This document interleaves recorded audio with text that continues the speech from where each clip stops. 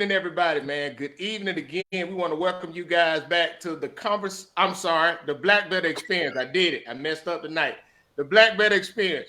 We just want to thank you guys, man. We're excited about tonight because tonight, man, we got a special guest ready to come on, and we're excited about the topics we're going to talk about because there's a lot of things that have been popping off down there in the Black Belt and around America. So we want to hit on some things, but man, we're truly excited.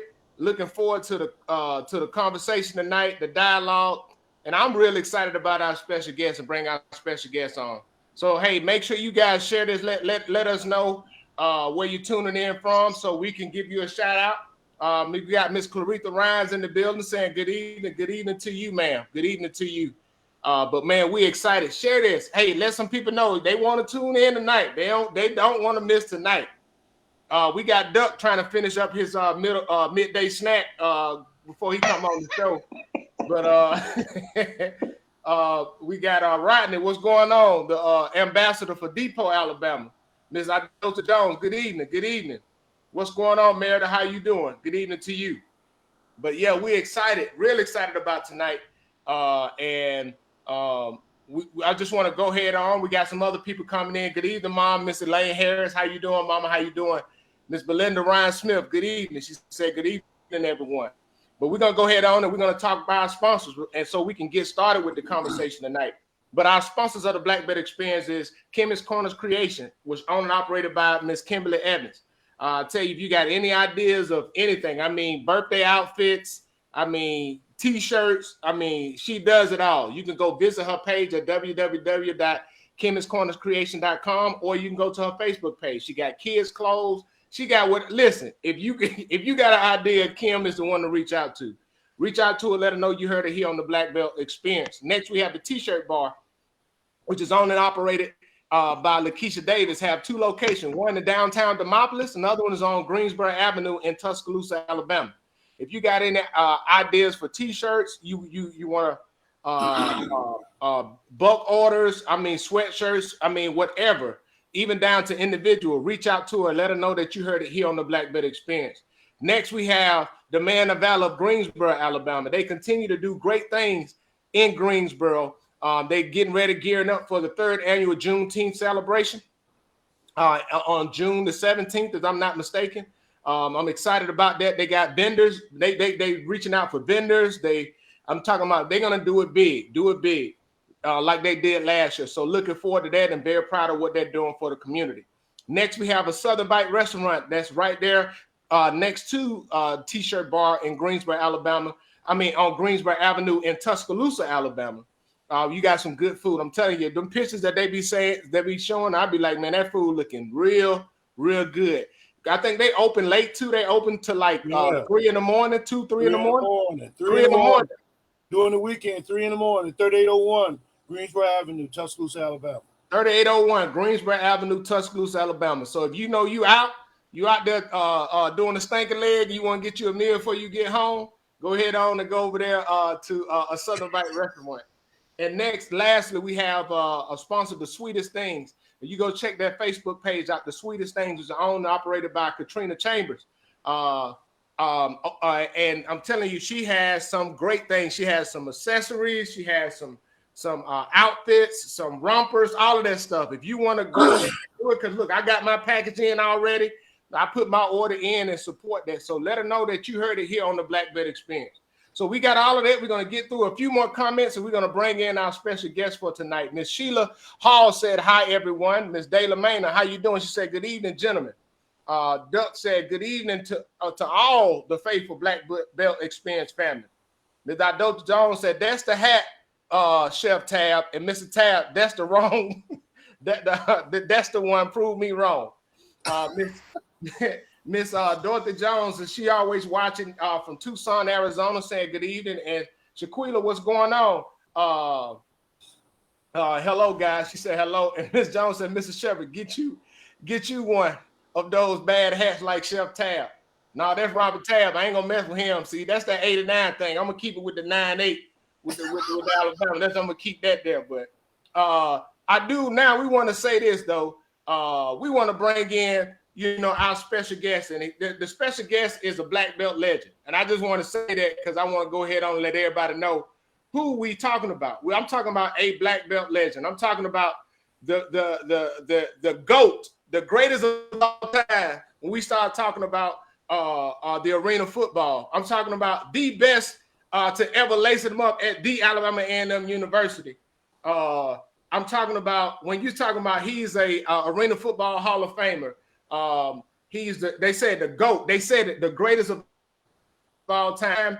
AFL Iron Man. That means he's the best player, both way players, the all-time leader in rushing touchdowns. He has 65 touchdowns, over 13,000, almost 1,000 receptions. And the guy that, when I remember as a little kid watching play at A&M, I thought he was a cheat code before a cheat code. Him in, and we want to say our very own Greensboro Mr. Bear Wagner. We want to bring him in, and we want to celebrate him tonight. How you doing? I'm good. How y'all guys doing? I appreciate the opportunity being on here, guys. Really appreciate and love what you guys doing. Hey, thank you. Start off by, by really saying and giving some people a shout out. You shared some with us before the show, and I want people to know, if everybody look above, you see that number 3 that's right above Mr. Wagner right there? That is the first jersey ever retired in Greensboro. They retired his high school jersey, number 3. And very proud of him for the things he did. So just wanted to take this time right now to say, hey, what do you have going on with yourself right now? Oh, man, I'm just sitting here being truly blessed. I mean, first of all, been truly blessed, been able to give back, to give back to kids, able to give back to kids that at one time I wish I had somebody to give back to us when we was coming up. Or I wish I had a mentor, somebody that had that drive, that mentality to push me to a higher level. Unfortunately, we didn't have that. We had people that played ball, but they were just street legends.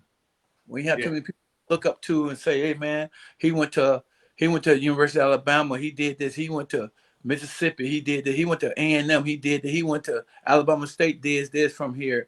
I mean, I gotta give credit to Tony Reed, because I never knew Tony Reed had a shot with the Seattle Seahawks. I didn't know that until later on. And the reason I didn't know, because he didn't make the team, that's why it wasn't really a big deal to a lot of people that he didn't make the team. But to be the first to sign a full-time NFL contract, which was me, but he signed a contract, too, with the Seattle Seahawks. And I had to really, and coming from Morris Brown, I think, college. Yep. You played Morris Brown. Yeah, I see. That's the history. People don't understand some of the history of Greensboro. It was some people before some people, it was some people before some people, and I'm really just grateful and humble and hungry, where we came from. Where we came from, sugar water and ketchup sandwich was a meal and drink for us. I tell the kids in Orlando, I live in Orlando, Florida for the last, I've been here for 30 years. They don't know about that. See, Robert, you speaking on things you don't know about now. Yeah, see, Barry, they don't know anything about that. These two over here, they never experienced that kind of stuff. They're the youngins. Y'all know sugar water with Kool-Aid to us. That's sugar water without Kool-Aid. I don't care. I tell these kids that today. They're like, "What's bad you doing?" I said, "Listen, cornflake and water and sugar was breakfast." I'm telling them. I used to tell them, man, y'all know what y'all missing. Mr. Barry, y'all had no milk. No, at that time, milk was gone.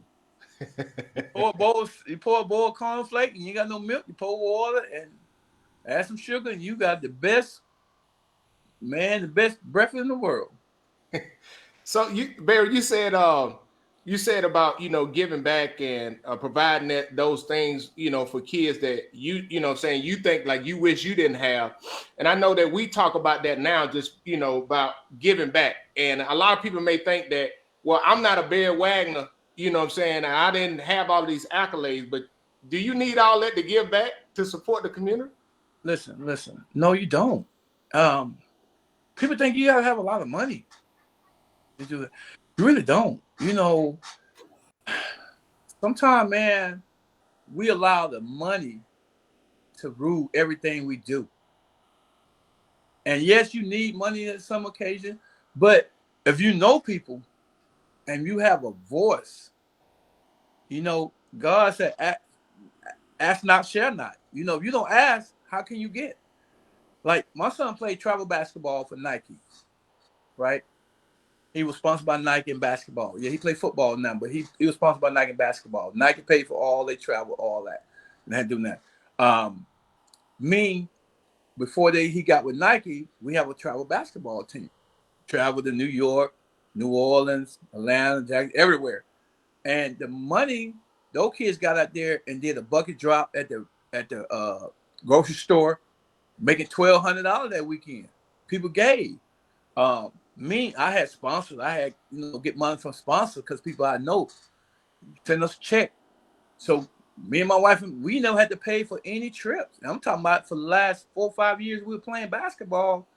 We didn't come out of our pocket with no money because of speaking to people and people have money will give if y'all come to them correctly. Write them a letter. Do this. People don't know how to do that. And see, and I love Greensboro.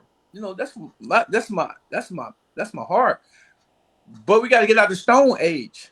We can't keep living in the Stone Age. We got to start doing more, because this world is bigger than Greensboro. I ain't knocking nobody that live there, stay there. No, I ain't saying that. But it's a bigger world out there. And we got to get to the point where we can bring more stuff to Greensboro and do more. But we got to have people out there that want it. You know what I'm saying? We got to have people out there that want it. We can't weigh on too many people that have money in Greensboro to do it. We got to go outside of the box, man. You hit that on. We talk about that all the time, Barry. We talk about exposure lead to expansion.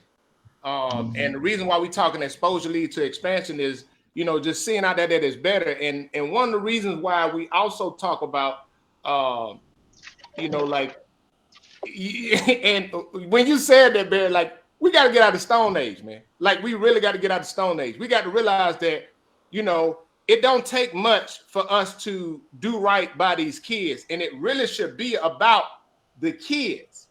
It should be about the kids, like doing the things for the kids, raising money. Think about the experience that your kids have. And we also understand we're not counting everybody. We ain't counting nobody's pockets. But collectively, if 100 people give $1, that means that you raise $100 real quick. Yeah. You know what I'm saying? And instead of always expecting somebody else and looking for somebody else, if you can just buy a case of water for $5 and drop it off, if you can just do something to volunteer, it makes it better and give our kids better opportunity to you know what I'm saying, to be exposed and have those opportunities. See, our thing is coming from Greensboro, man, my experience was we always looking for somebody handout. We don't want to get it on our own sometimes. I ain't talking about everybody. I'm just saying some people. Think about this.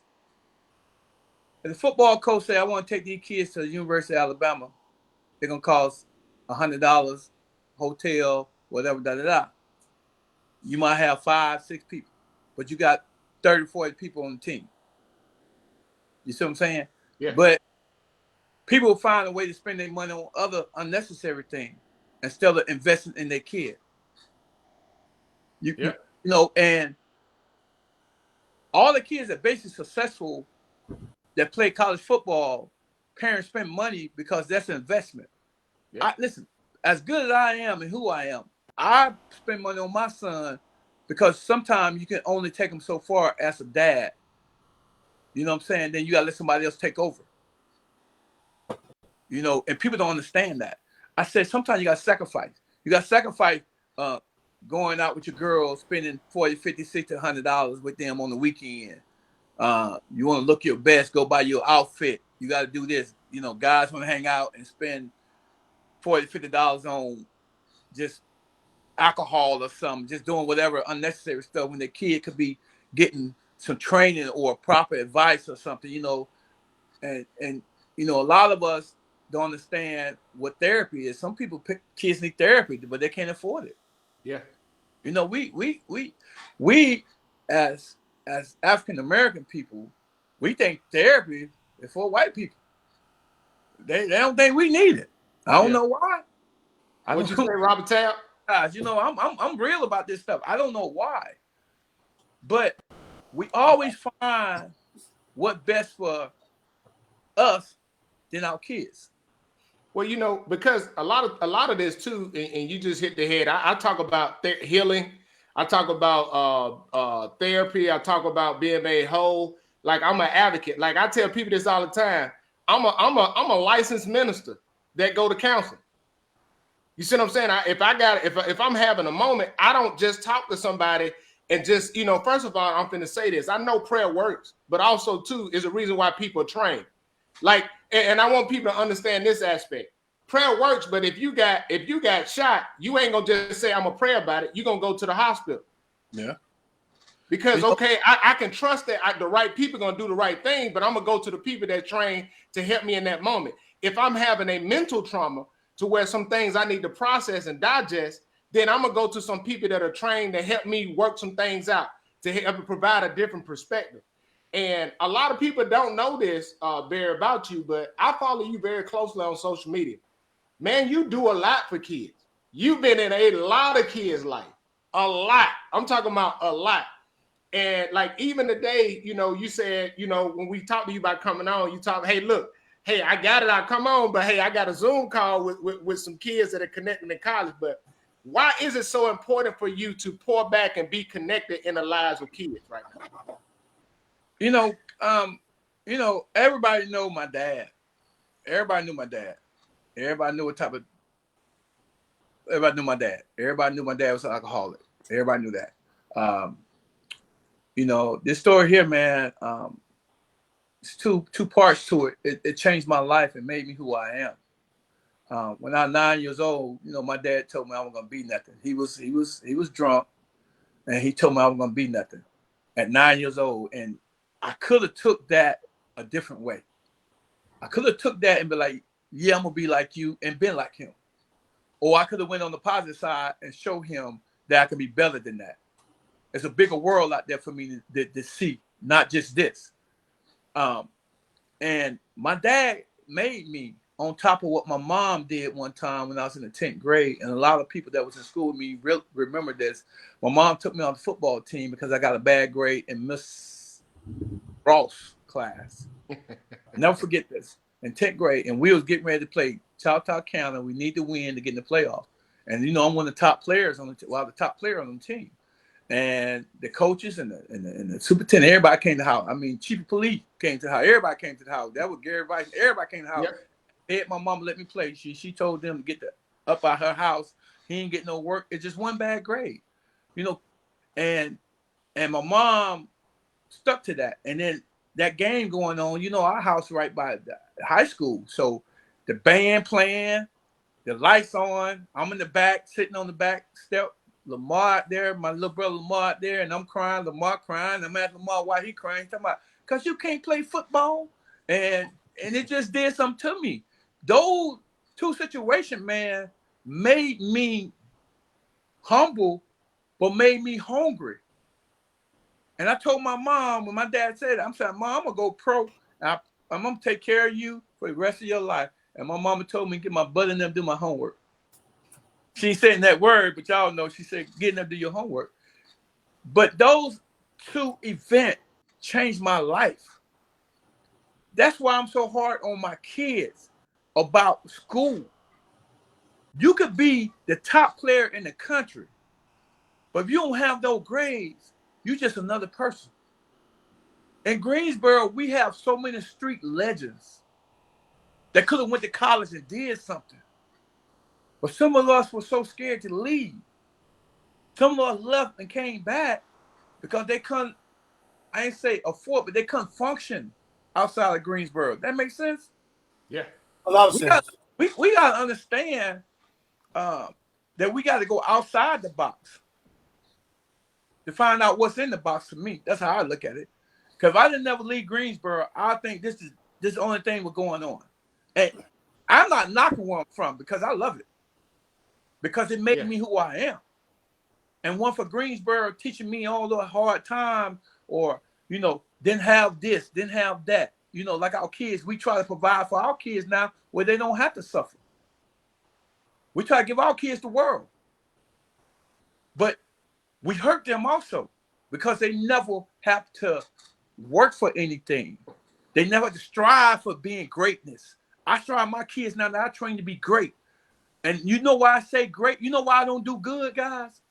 Because good is not good enough for me. A guy I played against years ago told me, Wad, man, you ain't great. He said, you ain't good, Wad, you great. I said, what you talking about? And I'm trying to figure this out. What are you talking about? Yeah, I'm all right. Yeah. He said, man, you know why you great? I said, why? Because greatness can't be stopped. And that's how I strive with my kids, of being great. You can be good, go to practice, come home, get on that video game, be on the video game, rest of the day. Me, I just go to practice. My wife would tell you, I just train 2-3 times a day, during the day.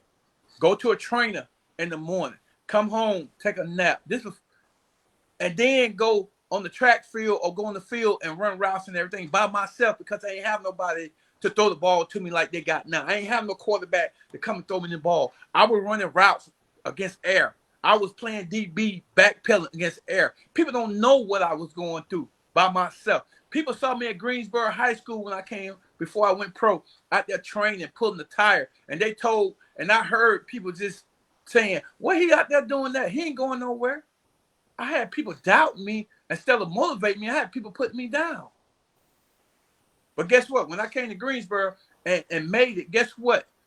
The same one that was saying stuff about me, and the same one was with me. Oh, same yeah. one getting all the perks. Oh, Hanging yeah. out, getting all the perks with me. You know, me doing everything, setting it out, having a party, serving free stuff, giving stuff away. But some of those people that was doing that, the same people were just talking about when I was out there those years training for what? But God knew. God knew my heart, and God knew my destiny at that time. He knew what I could do. He knew I could go on a higher level, and I did it. But you know what though, Barry? You said this. You talking about, you know, about being great, and I want people to understand this, because I think like the same thing you said about Tony Reeves earlier. You know, we need to celebrate our own, and I didn't find out until later. I was like in high school that Tony Reeves was, you know, drafted by the Seahawks for the Hale County training school Trojans. You know what I'm saying? He went to Clark, Atlanta. He went to Clark, right? No, he went to Morris Brown. He went to Morris Brown. He played at Morris Brown. And we just need to know these things. And I want to put it out there that people understand some of the things, some of your achievements. You know what I'm saying? Like you say, you the first one to sign an NFL contract with the Chicago Bears, correct? Yeah. Yep. Then you talk about you broke A&M records. So like you had one game, you had 23 receptions, 370 yards, and 5 touchdowns in one game against Clark, Atlanta. And you said you ain't even played the fourth quarter. No, I didn't play the fourth quarter. And the funny thing is, the school didn't even know I was one for tying Jerry Rice. And all I got to do is go out there and catch 2 hitches. One to tie and one to break. But they didn't know the records. They didn't know that. So when they took me out, they found out at the end of the game, all I need was 2 catches. And I'm in the record books for that stuff. Yeah. But I've been number 1. Like somebody else caught 23 with me, or 23 passes before. And Jerry Rice caught 24, I think. He's above me. But to be in the NCAA record books, I had like almost 2,000 yards. That's unheard of for a receiver. Yeah. You know what I'm saying? I had that's crazy. But 23 catches, 370 yards, 5 touchdowns in one game. You know, back then that was some people's career. Yeah. That's season. You know, I would say this: your senior year, where you caught, I think, 112, 113 catches for like over 1,800 yards. that's the same comparable season that Devontae Smith had at Alabama when he won the Heisman 2 years ago. I lost the Heisman. I lost it, and I should have won it in Division. No, I lost it to a good player, but his stats didn't compare to the first couple of years he did. He won it 3 years in a row. But his senior year was his worst year. You see what I'm saying? Johnny Bailey played running back for Texas at Texas A&I. And me and him was together at the Harlan Hill. That was called Harlan Hill Division II Heisman Trophy. I was a finalist. I came out number 2. I should have won it, but I came out number 2. But the thing was, those stats I had, 112, 1,800, 17 touchdowns, I didn't play in 5 games over halftime. Yeah. Like 5 games I didn't play because after halftime, because we were blowing teams out. So 5 games, I was blowing teams out. So most of the time, I could have set. My records are still standing, but I could have set some incredible records if I played over the some of the halftime. We was up like 30-0, 40-0 at half, and coach like, "You done, Wag?" I was like, "All right." So So go ahead. I just want to ask you this. How many kids, a rough number, how many kids have you helped get in to use their football skills to get in school? Right now, I have 15. 15, right now. Yeah, I only been doing it for a couple of years. I was doing this for free. Training my son, his friends, a couple guys. I was doing it for free. And when people found out I was doing it for free, then I end up 5 guys come one day, then the next day is 25. And the next day is 30. And then I'm buying all the equipment, water, Gatorade. I provide water, Gatorade every day for the kids. So I had to buy more water and Gatorade. And some parents like, "Coach, we can't allow you to keep doing this." I said, "Well, to be honest with y'all, I ain't gonna keep doing this, I can't keep doing it." I mean, I was fine. But when it goes from 5 to 25, that's a big step. Yep. And then you got equipment. Then you got your time. Your time, you put in that time. And I don't just train, guys. I don't do that. Let me tell y'all. I teach. I don't just train. See, that's what the problem is with everybody in the world. That we try to train our kids be a certain way, right? In a sense, we try to teach them stuff, but we try to train their mind for certain things to handle certain situation, right? Like the police stop you. Hey, be respectful, do this, you in the courtroom, you saying yes, sir, no, sir, But my thing with this is we need to teach them, not just train them, we need to teach them. If we start teaching instead of talking to them, but teach them what they need to know and what they need to learn, kids come out to be great. Like I told my kids, I want y'all to yes, sir, no, sir, me. Because you know what? I don't want you to just do it when you get stopped by the police. I don't want you to just say it when you're in the courtroom. That you got it there, you got it in you, but you know what? You need to keep it in you. Because one time my son was about 7, 8, 9 years old. We were playing basketball in Tampa, AAU, and we're sitting at Boston Market, and this Caucasian guy come up and said, "Excuse me, sir, these kids with you?" I said, "Yes, sir, that's a problem." He said, "No, I want to let you know those some very respectful young men that you got over here. And y'all know how good that made you feel for somebody to come out there and tell you that you got some good kids, very respectful." And about 10 of them. And they said all of them were just so respectful. See, my thing is, man, is to teach these young men how to become young men. These young men called me. They would call me before they talk to their parents. They would call me and say, "Coach, I need to talk to you about this." Young man that graduated, that had one more year to play football, he called me and said, "Coach, I got an offer to make $65,000 right now when I graduate, and I still got one more year of football. I'm trying to do something with it." And me being who I am now, I'm like, "Son, I'm gonna give you my honest opinion. I played pro football, and it was great.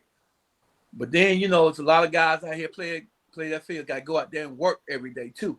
They got to keep on working because they ain't manage their money. They ain't know how to manage their money. You know, you finna get paid $65,000. You can move up quick in the world. You got to get a career. See, football is not a career. Football is just a job. You see what I'm saying? These guys need careers. So I'm trying to teach my kids that I train, you need a career. If you're not going to, even when you go to the next level, you need to be knowing what you're going to do after football. You see what I'm saying? Me, I know I was going to work with kids. I'm going to work with kids all my life. I didn't care about that. I just wanted to help kids. If I had this, we had this when we were coming up, man. You know how many people we had in the league? You know how many people we had in basketball, baseball, football, and track? Could y'all know what we could accomplish if we had somebody to push us more? Yeah. So my thing is talking to the head coach today and let him know I'm going to probably try to do a camp at the end of May or the 1st of June. And come up there and provide some of this knowledge that I'm sharing. Because all my kids I train that want to play college football, they go to college. And I make sure that their grades are right. Before my kids can train. You know what I do? My wife would tell you, you know what I do when kids don't have the grades and train with me, they fall down? You know what I do? I take their phone and their video game and have it at my house. I had 6 video games and 6 phones for about 2 or 3 months. One game I had for 6 months.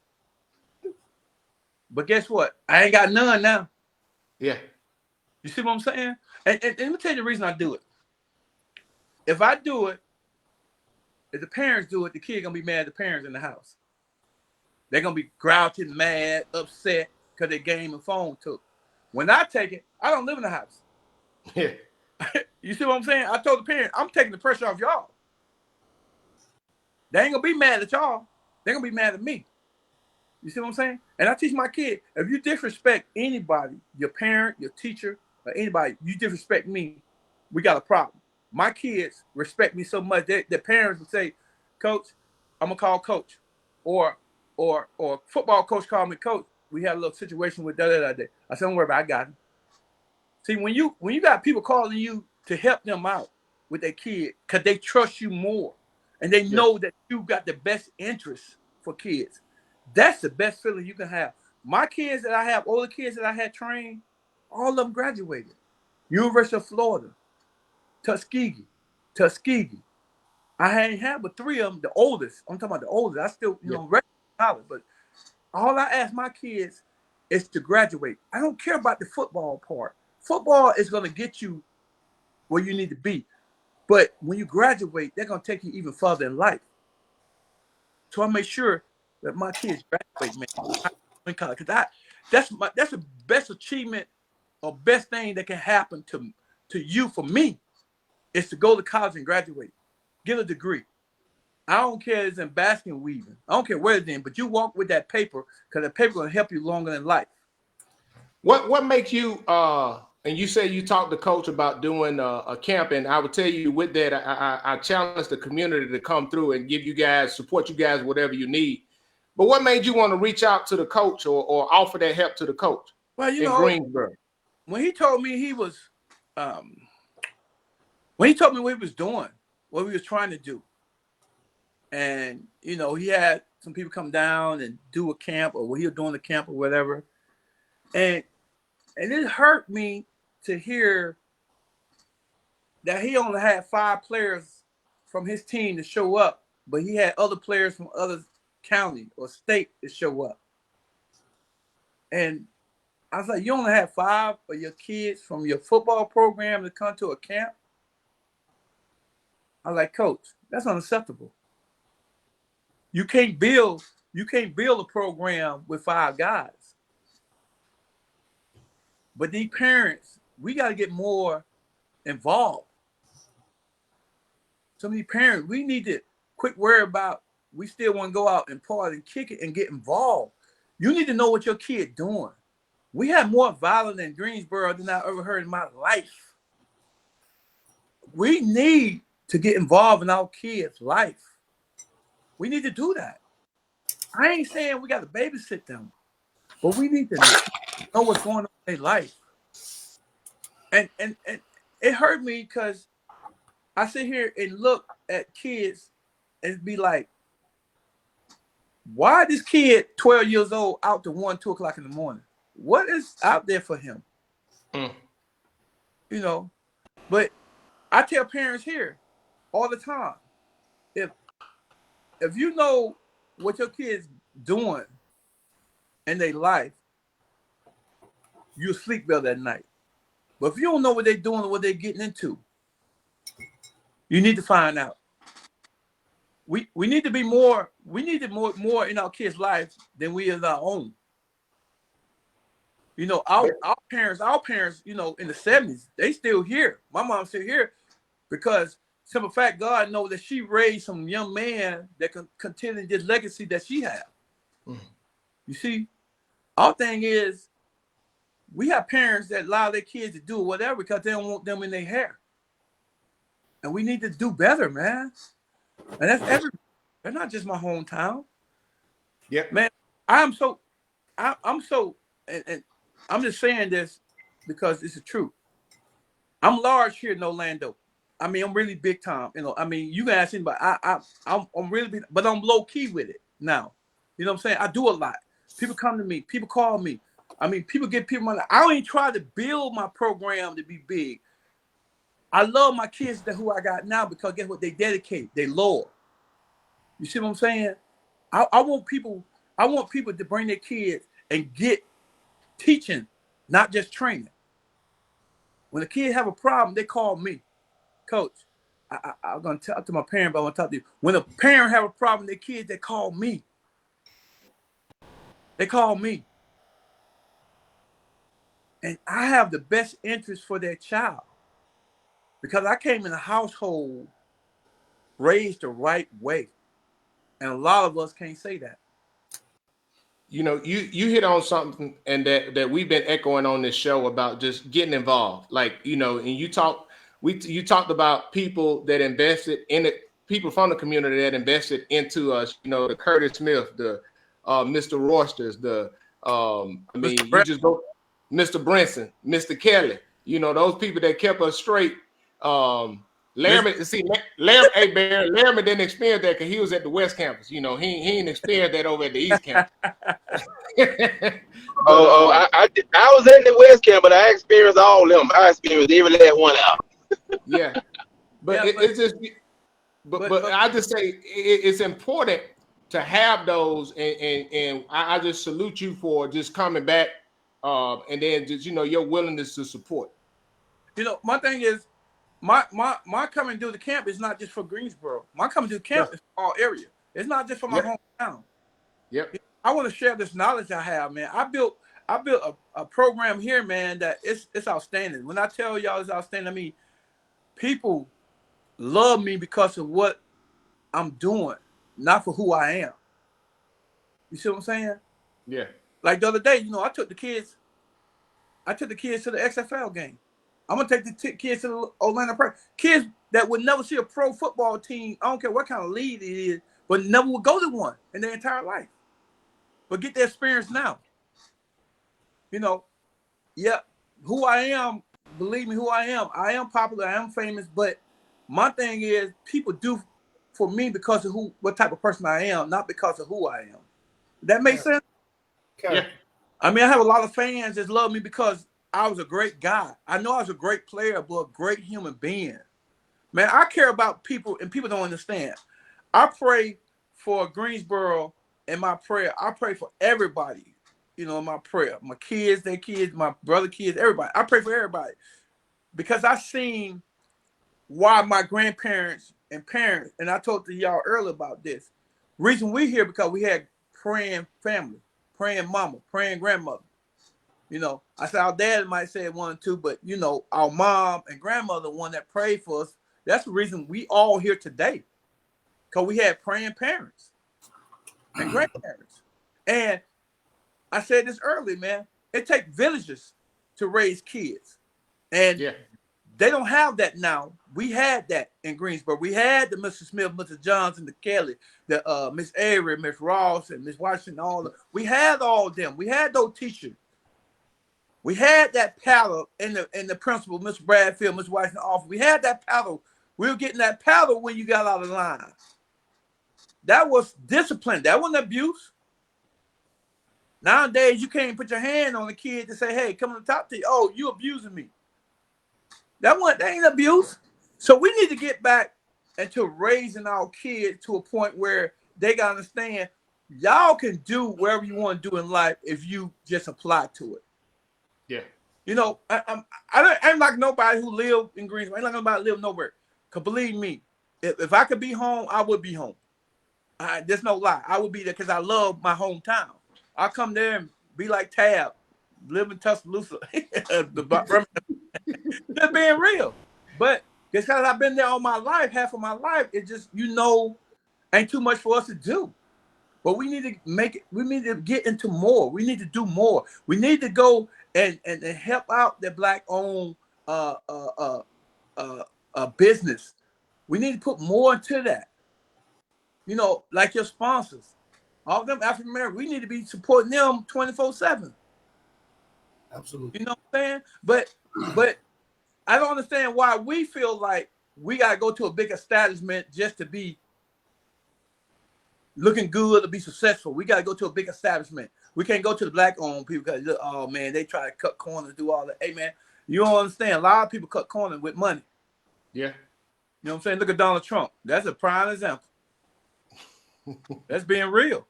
Real, man. I tell you, but we need to do better. And and with me, it start with me. And I'm gonna do better. I'm gonna try to get this camp. If I can't get it in this year, I know I'll do it next year. But we're gonna try our best to get it up this year, if I can, because it's short notice. Yeah. And you know, my summer is already scheduled out. And it's hard for me to come in town when I work with these kids, man. When I come and see my mom, people don't know I'm there. Yeah. Don't nobody know I'm there because I'm there to see my mom. Yeah. You know what I'm saying? I'm there to see her. You know, everybody like, why didn't you call me? Well, man, we could have went out. Man, I don't got time for all that hanging out and stuff no more, man. I mean, I don't mind. it just get old, man. It get old. Yeah. When you have God in you'll get out every once in a while to see people, but it would never be that point where we used to get out and just stay out all night long. Hey, Bear. Robert Tabb said he don't know nothing about that now. He said he's still. I feel like I'm in church and they're talking about me. Wait a minute now. On Tab, he's still outside. I'm 52 in the house. No, it's good to live because let me tell you, it keep you young, but these kids keep me young. Yeah. When I tell y'all, I train, and listen, I have a swimmer. Now y'all gonna ask me, what you know about swimming? All right, you asked me what I know about swimming, right? I have a swimmer. She's 10 years old. I have a swimmer. She came in first place yesterday. And you know what I told her? She said, Mr. Barrett, I didn't know. I came in first place this year, and I swim against older people. I came in second and third place when she swung in the higher group. And she said, Mr. Barrett, I said, you didn't know you can do it? She's like, no, sir, I didn't know. I said, you've been training me for almost a year. I'm preparing you for any sport because when you play sports, and I tell all the kids this, when you got endurance and feet work, some great feet work and some great endurance, man, you can't be stopped. I tell people, I said, she's like, well, Miss Barry, I said, yeah, you swim. Guess what? When you stroking, you use those arms, legs, and body, right? When I have you running those 2 miles around the block, when I have you doing little squats with 8-pound weights, when I have you jumping with those 8-pound weights, when I have you jumping those hurdles, all that, I'm building your body up. And she was swimming. Everybody, what you know about boy? Y'all know my auntie, Darlene Evans. Y'all remember Darlene? Right? The mama. The Nada mama. Mm-hmm. Right? Her husband, George. Uncle George. I call him Uncle. The Nada dad. Lake Payne. We live. Yeah. Don't know how to swim. Don't know how to swim, but we want to get in the water. One day he threw my butt in the water. I didn't know how to swim. He said, you love the water more. You're going to learn how to swim. He taught me how to swim. Threw me in that water, boy. I was fighting. He said, quit fighting, just relax. I'm serious, y'all. This is a true story. And he He taught me how to swim, man. And to this day, man, my kids that I have, I teach my kids, my own kids, I taught them how to swim. Because I say they love water too much. You need to learn. When you fear something, you need to get over that fear. You need to challenge your energy into that fear you had and make it a positive thing. And that's about life. You know, when you get the courage to face. When we're going through hard times, man, and I share this with everybody. When you're going through hard time, man, and it seems like it's a dead end, and your mom and your grandma said, "Well, you need to call Jesus." And the first thing he said, "Well, Jesus ain't. I called Jesus 3-4 times, and he ain't showed up yet. So I'm about tired of calling Jesus." But it's never on your time. It's always on his time. Have y'all ever noticed in life when time was rough and you prayed and you never thought about it, and all of a sudden you get good and you didn't realize that till later, like, wow, God showed up for me. It happened, man. I'm telling people to this day, if y'all believe in Christ, and I'm a witness of his grace, I'm telling y'all I'm a witness, man. I went from making $250,000 to having 10 cents before. You hear what I'm saying? Yeah. I've been there. Because I shared my wealth with everybody I knew. But it come back in full, though. It come back in full, guys. If anything I leave with any person on this earth, when I leave the earth, they're gonna tell themselves, tell everybody that my kids, Coach Barrett, talk about God all the time. That's all I talk about, Christ. I tell them hey, having cars and houses and stuff, yeah, that stuff's nice, but it ain't mine. It says God. I said the bills get paid because God paid the bills. God provide the bills. I don't do nothing to pay the bills. God paid the bills. They're like, well, you working and make money. I said, yeah, I make money. And when that money left, guess who had the money then? Christ. See, man, we got to teach our young people how to also, and I tell my son this all the time, you got to know how to manage money. See, kids think money grows on trees and they're going to have money all their life. It don't work like that, guys. Facts. So we need to start working on our kids' finance. Like my kid, I told my son, you ain't got no credit, but guess what? I'm going to give you a credit card. Gonna be a $500 limit. I said, when you get out of college, he'll have 800, 750 credit score. Yeah. Yeah. But see, Bear, you hitting on something, man. Shout out to class of 98. I want to say that for Robert Town. I was waiting on it. Listen, Frederick Ward. Frederick Ward, he got a book coming out tomorrow that's released on Amazon. Now I'm gonna talk about it. It's the 800 credit score playbook. My classmate that said he's maintained an 800 credit score over the last 10 years, and he got notes and things in there to how you can get to that level and maintain that. And I would tell you, those are type of things that, and I'm gonna reach out to him. I sent him, I messaged him when I saw it. I was like, hey, bro, I'm proud of you. Like, I'm getting that book tomorrow. I'm a deep dive in it. And, the stuff that you talk about, Bear, is the stuff that we talk about. But the problem is, too, we can't be in our feelings and not want to position ourselves to get our kids better. Yeah, that's the thing. We too much worried about us, or how we look, or what we drive, or what people think about us. I don't even care what people think about me no more. Because guess what? They can't live for me. They're not paying out one bill in this house. They not paying out one bill in the house. When you pay bills in the house, you can talk. Okay, when you get paid, when you drop some money down here, you can talk. But my thing is, when we decided to do something, we need to do it as a whole. We can't, like some people donation. Okay. Or we know Judge Wagner gonna give us $5,000. Okay, why we couldn't ask people on our Facebook page to give us $200? We got 5,000 friends. I know I could. Yeah, I could raise money with people on Facebook. I know I could. You know what I'm saying? But it got to be for the right cause. I'm not just going to be raising money just to raise money. It got to be the right cause. We got all of us on this page right here, all of us on here tonight. We got the power to change some things that we don't like. But we have to do it as together, not as one. Not say, well, Barry got the money, so we have to come up with this so he can provide the money. I don't even work like that. You know what I do? I go out and ask my billionaire friend, hey, this is what's going on. I got a proposal for you. I got some paperwork for you. Look over it. I need you to help me do this. I need a $10,000 check. Well, Barry, call me Monday. Yeah. See, that's the thing. We got a network. We don't network. People don't want. They just want it to happen without the work. They don't understand what goes on behind it.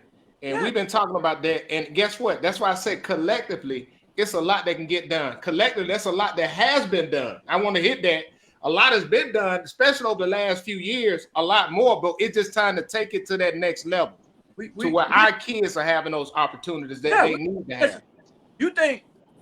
Do y'all know we had some of the greatest athletes that I ever known from Greensboro that I ever know? I mean, people before me, after me, doing me, whatever. I seen, like my brother Andre, had a shot in the NBA, went across seas. He told me this a long time ago. If he had my drive, he had the heart that I had to continue, Andre had been in the NBA.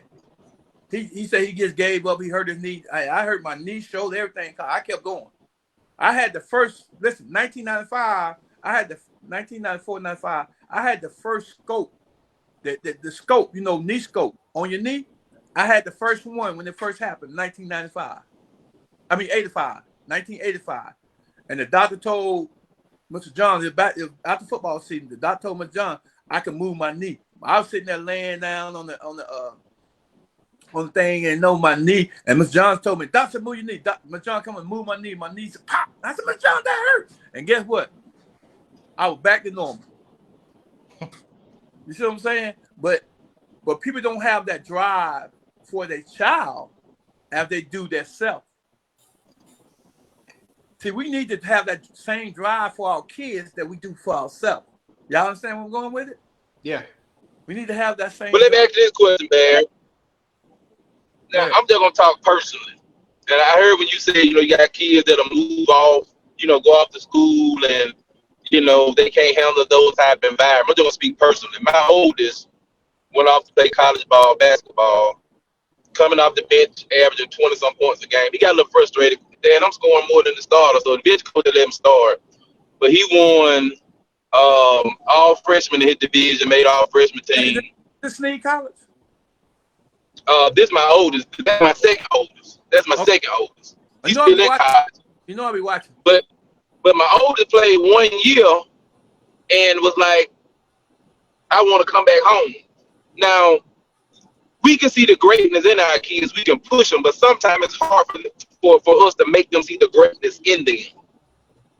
And to me, that's challenging because a lot of kids have it, but for them to see it themselves is an even more struggle. Now, the one that you're talking about from Snead, he just won they just won the ACC division championship. He's been to go off to play ball somewhere else now, but my oldest son, the boy is something serious, but to get him to see that greatness and that killer, he know it, but just going out there to get it, that's a whole nother ball game. And there's a lot of other kids or people that even grew up with me that had greatness in them, but to pull it out of them, I don't know if it's just from where we from. I know his friends played a major role, and one of his friends doing nothing, and he wanted to be like his friends, savior, come back, encourage them. But you gotta live. You gotta live for you too. It's okay to love your people, but you gotta thrive for yourself, and that's kind of hard to kind of instill in a lot of our young people nowadays. You got that greatness in you, but I need you to see that greatness. Okay, I got you. This is what you tell. This is how you handle that. I tell my kids, listen. I said, everything will be against you, but me and God gonna be for you. And you never let people kill your joy or love of the game that you love, because these coaches will kill the love of the game for you if you don't watch it. I said, like my son transferred. He balling, but then the coach don't want to play him because he ain't recruiting. So he stopped playing him in the starter. And I tell my son and my kids these days, don't let the people kill the love of the game for you. You hear what I'm saying? Because they will do it. When you have love and passion for the game, you got to play for those guys out there. You ain't playing for the coach. You ain't playing for the school. You playing for those guys, those 10, 12 guys on that bench. You got to let them know you there for them as a brotherhood. And the thing is, coming back home, it's a sign that, you know, yeah, I want to go back home. But what's back home? What you want to get back to? What you want to get back home to do what?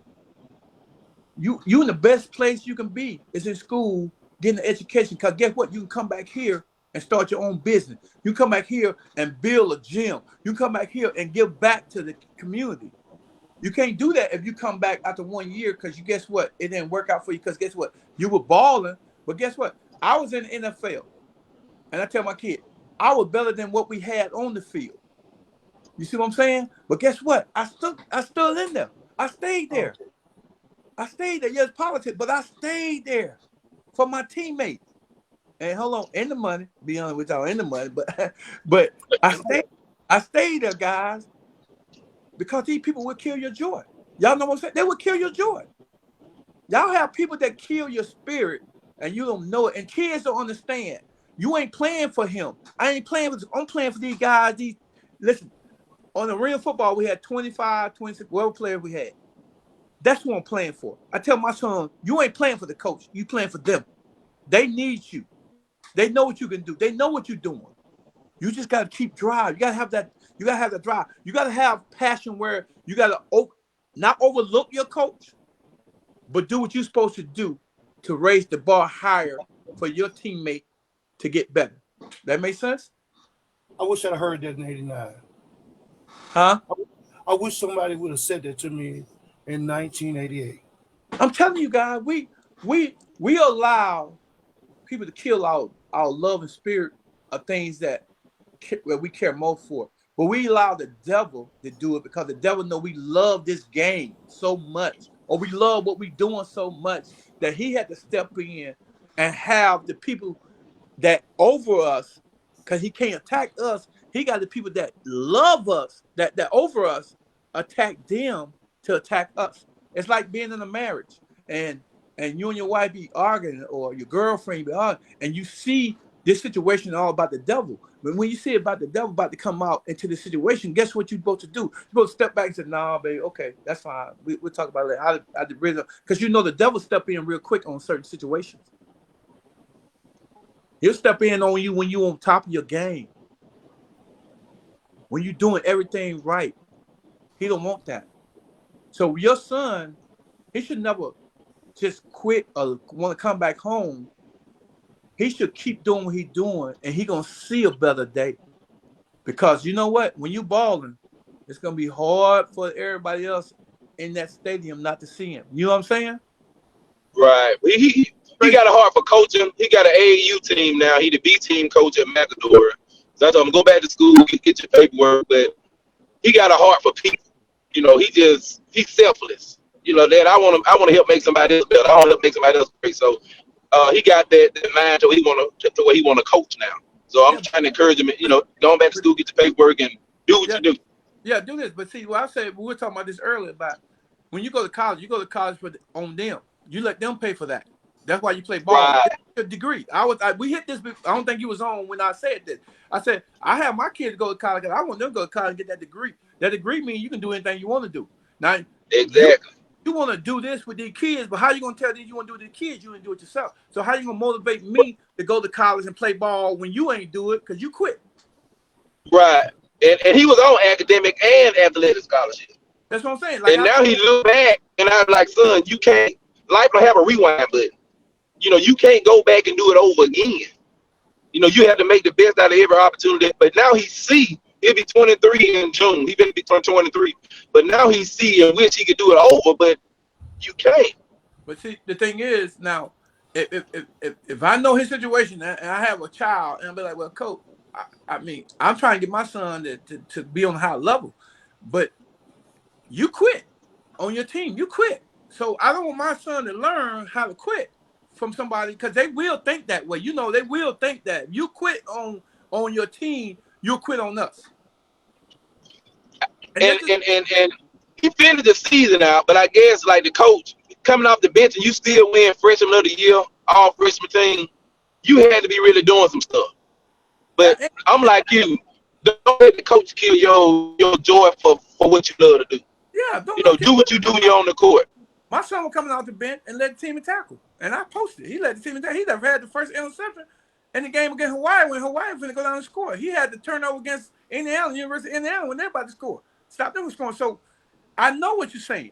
But like I told my son, listen, if you playing for these coaches, you might as well quit. Because ain't none of these coaches going to be right. Not at this time where everybody with this NIL deal, with this transfer portal. I hate that. Why we can't send our kids to school for 4 years like we went and graduate and leave 4 or 5 years, get red shirt or something, come out 4 or 5 years. Now a kid go to school, you know, 1 year contract or 1 year scholarship. That don't make no sense for us, man. You know how many kids gonna leave school? Kids gonna leave school every year. Your kid Every can go year. to school. Your kid go to different school, and then the pros like, where he at? Oh, he in Arizona. Where at now? He in Kentucky. Where at now? He in Alabama. Where at now? He in Missouri. Well, yeah, we can't follow them. We can't follow. So we need to see. This is the type of conversation, and this should have been all this we saying tonight. I hope somebody listen and get some out of it and learn from it, because man, you know what? We need to do better among each other. We need to do better. I keep saying that. I'm always gonna say we need to do better. And I told Mr. Harris, I said, man, I'm gonna do better. I mean, I'm gonna come Alabama more. Cause you know what? Y'all see what I gave to school, right? That banner? You saw that banner in the gym? Rod, Tab, you saw that banner?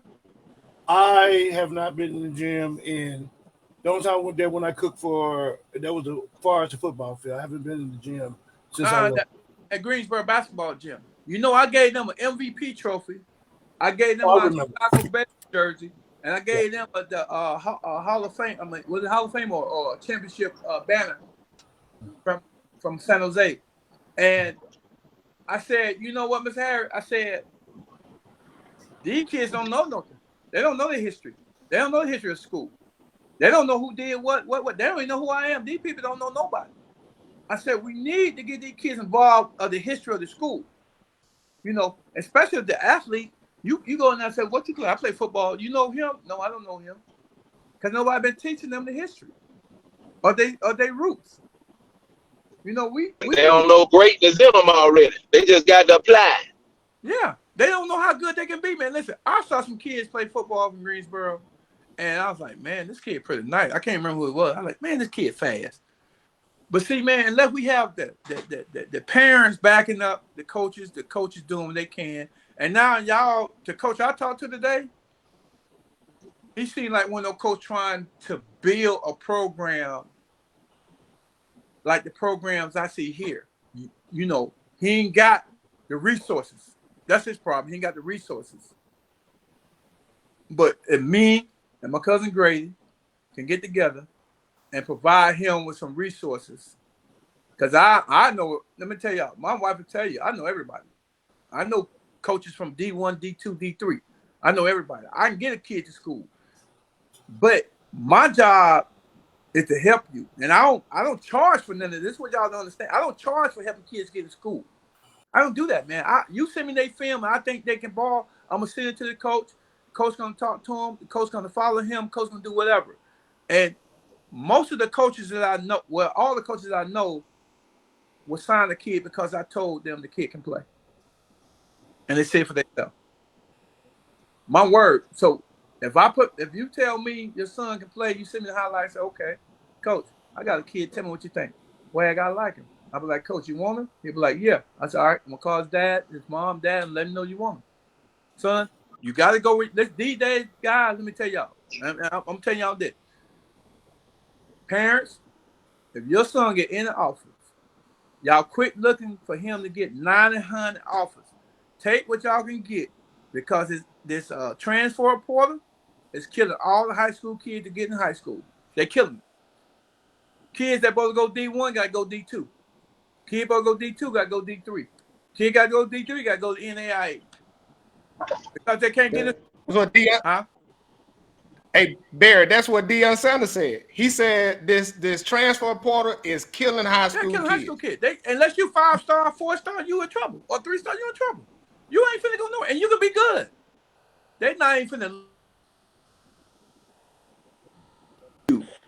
at high school, they looking in the portal. Like my school, A&M, they had 38 transfer portal kids. They had 38 transfer portal. Yeah. And no port, and then the portal kids only for 1 year, maybe two, but most of them for 1 year. And with all those kids they got out the portal, they didn't do that good this year. You know what I'm saying? Yeah. So going in the portal don't mean that you're gonna have a good player, because sometimes a player in the portal is just somebody that want to play, got mad and left. Because a lot of kids go in the portal don't even get a lot of kids that go in the portal, guys, there's no lie. A lot of people go in the portal and got nowhere to go. Yeah. You gotta have somewhere to go to get in the portal. But they said about it was about 11,000 kids in the portal this past year, and really realistically it's less than half of them that actually get offers and go somewhere. Well, mine, this is the thing. When mine say we're going in the portal, I got on the phone, made some calls, sent some stuff out, and he had 10, 15 schools ready. He had schools. That would hurt a lot of kids and parents that don't know. If your kid's trying to go somewhere else, you got to make sure you got somewhere to go. You better get them out early. Don't let them sit around and wait till the last minute to try to do it. A lot of kids went to portal like right after the season, or waited to see what's gonna happen and who's gonna get who. But you wait too long, man, you miss out on the stuff. You miss out on it, and then you got nowhere to go. I got kids at home, not mine, because mine would talk to me before they go in the portal. I don't play that mess. I said, you plan on going in the portal? You better let me know, because I can't do nothing for you if I don't know. You know, you can't help the kids like parents. We need to help our kids, but if we don't know what's going on, we can't help them. That's in life, period. I think I shared this with you real quick, Chef. I think I shared this with you. I repeat myself because this is the most important thing. Until we get the parents involved in their kids' life, until we get them involved, you know, and I ain't saying you got to sit down and be your best friend with the child, hang out with them. I ain't saying all that. But at least find out what our kid into. Find out what they got going on in their life. You know, and some parents just don't care. They don't care. Like if you in high school, you about to graduate, your parents know you about to get out of here. You about to get out the house soon. That's all they know. We need to do better than that, man. We need to do better than that. We need to make sure our kids prepare for this world, because this world is chewing them up and eating them up. And this world is just. You said something key, and I know got to get you out because you got that Zoom call because you investing into your kids, and you say you do a Zoom call every Sunday with your kids. Yeah, 8 o'clock. Every o'clock. 8 o'clock. All my kids in college. I make sure they okay. If they need something, they need to talk. What's going on? How they doing on at practice? You know where they status at. You starting. You getting reps. You doing better. You know, I talked to my kid from University of Florida today, and I told him when you go out and catch ball, I said, if you watch that ball the whole time in your hand, that's how I became great. If I watch that ball the whole time, I don't care about the hit. I don't care about distraction around me. If you watch that ball the whole time in your hand, you'll catch more ball than you drop. He called me an hour later and said, Coach, I can't believe all those balls I caught by watching them the whole time, listening to what you told me today. And them kids appreciate you like we appreciate you and coming on today and sharing, man. We celebrate you for your contributions. And thank you for paving the way for somebody like me. You know, I knew about the Bear Wagners. I knew about the Richard Bennett's. I knew about the Grady Jacksons, you know, and I knew about those people that came before me. And I appreciate all of the things that you've done for us. And thank you for really coming on tonight and sharing. Really do appreciate you. Man, I appreciate it, man. Anytime, man. Anytime. Like I say, we all got to do better and all get back. You know, just because we out of state don't mean we can't do what we need to do. We can still work something from where we at. We got connection, network, internet, all that stuff, all that social media. We can change the world. But we gotta have parents on board to what, you know, they won't help with their child. They need to ask for help. Don't be afraid to ask for help. We all need help sometime. Believe me, I know we all need help sometime. And it's just a pick me up. You know, Tab might be down, call me and say, hey, Wag, man, I need to holler at you, man. I'm feeling kind of way. I'm the type of dude sit there and talk to you. Yeah. I'm in a position in my life and the God, man, in my life where I can sit there and just tell you some things, man, that might change your life or help you in life. People never know until you ask. But we appreciate you, and looking forward to. Y'all make sure y'all get a good look. Y'all make sure y'all get a good look at it now. Hey, number 3. Last time y'all see it, that Greenberg Raider jersey, and y'all article from the Tuscaloosa News. When I went to the championship, the Hall of Fame banner. I don't know, y'all see it? Yeah. The Hall of Fame banner, the Iron Man. Man, I got so many trophies, the Hall of Fame ball. Man, I got so many trophies up in here, boy, I don't know what to do. My Chicago Bears poster, my Indianapolis Colts poster, I got. But ain't nothing harder than this poster right here. Y'all can go. Ain't nothing harder than that 82 right there. The 82? You see Hey, it? yeah. Barry Lairman said he got his 69 Park honorable mention basketball at the house.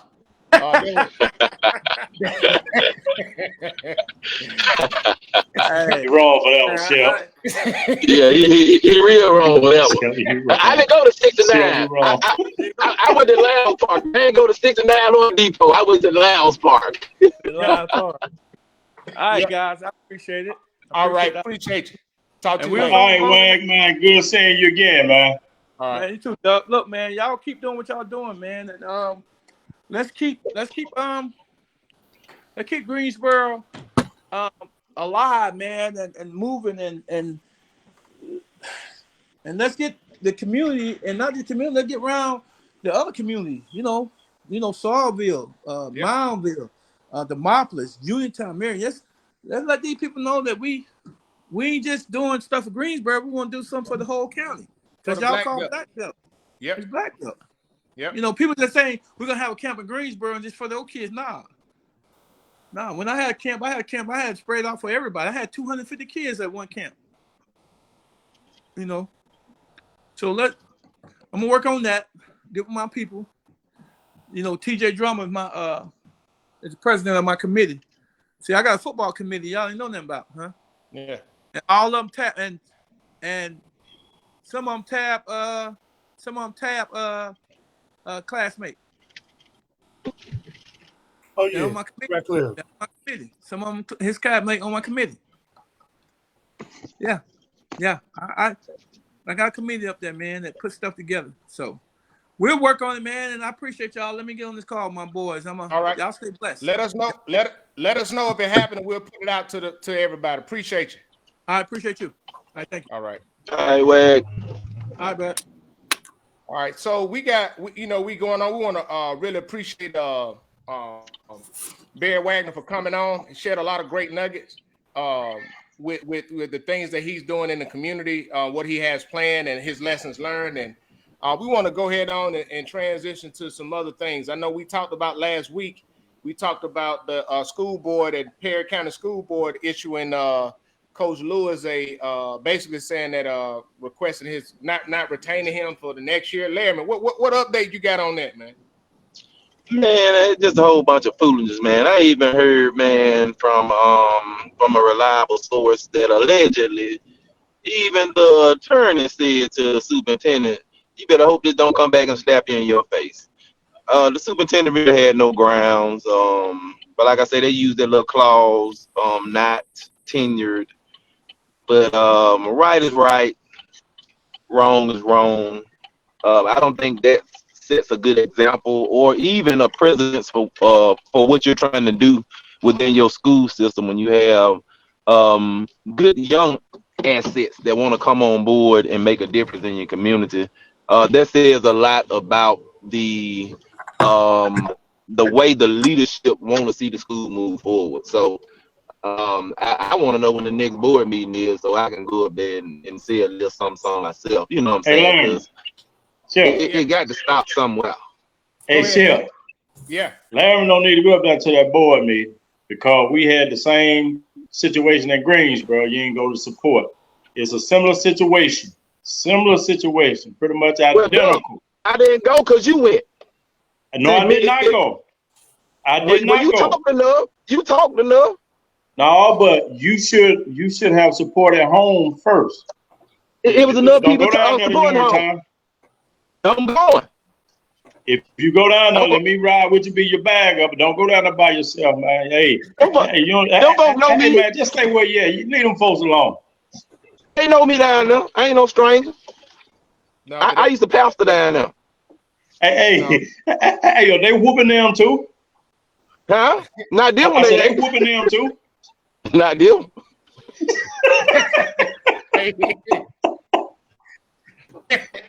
Hey, don't get him fired up. Don't get him fired up, man. But hey, I do want to talk about another thing. You know, we love to talk about Mima on here, and I know this right here. Oh man, blood pressure. Oh man, it got mad up when I saw. But Alabama governor sends education dollars to build a water park, and the water park is outside of Maxwell Air Force Base. But they said that hold on. They said that out of the $2 billion surplus dollars at the state in the state education fund, instead of them earmarking that to pay teachers more or give teachers bonuses or something like that, at least $331 million of that money would go to projects and expenses unrelated to schools and teachers or classrooms. Among those is $25 million for the Montgomery County Commission for Economic Development. And this is an article that was on Alabama.com.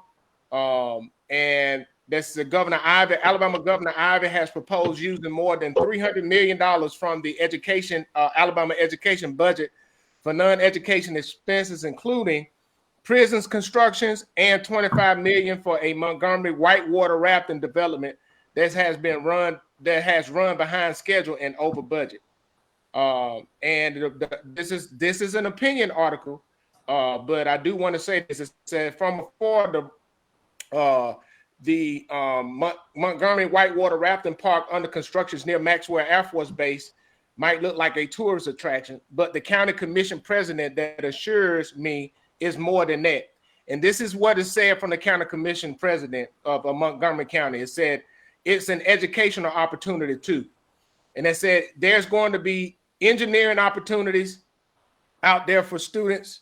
It said engineer opportunities out there for students, Montgomery County Commission Chairman Doug Singleton said when I spoke with him Friday.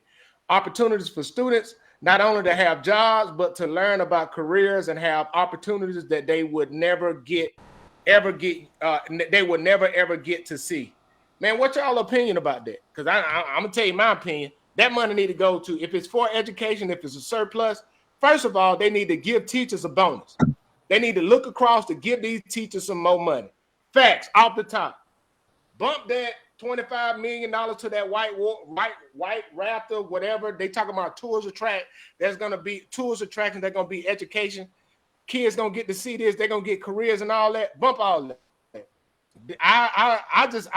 This pissed me off. That's all I'm gonna say. You got anything, Robert? Of course, you know I do. Yep.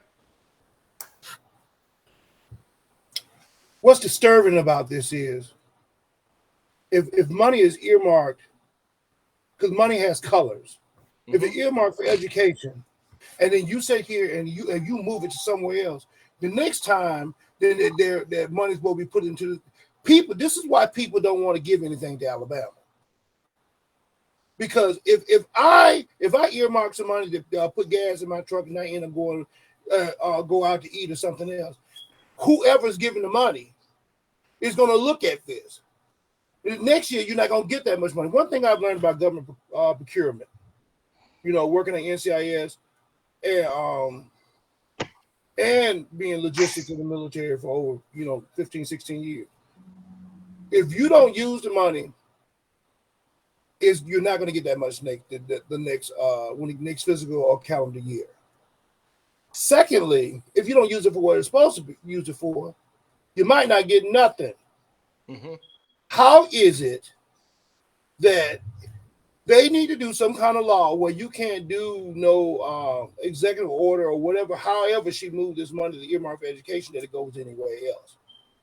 Because being that Alabama is one of, as far as education, is one of the poorest as far as when it comes to test taking and everything else in the nation, I can't imagine that you give some money to a water park and try to deem it's educational too. Okay, Everything educational. walking outside is educational. Getting in your car is educational. So my thing is, hey, I'm gonna send you a letter because that's what Go I ahead. do. Go ahead, Larry. I write a letter. Go ahead, Larry. You had that finger up. Yeah. I think That boy done dropped off. Duck, what you Hey got? man, so if I'm not mistaken, Hale County teachers are one, if not the lowest paid there is, man. It ain't that close to it. Hale County teachers in the state of Alabama. I'm sitting down another thing too, if I'm not mistaken. See, didn't she say she was gonna give the teachers in Alabama a 2% raise increase or something like that? I thought it was $400 from all the extra money she whatever the 2% come out to be. I hadn't did the math on that, yeah. And that still ain't no money. I know every little bit helps, but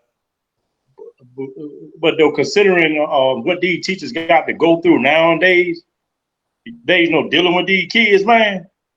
Yeah. They need a lot more.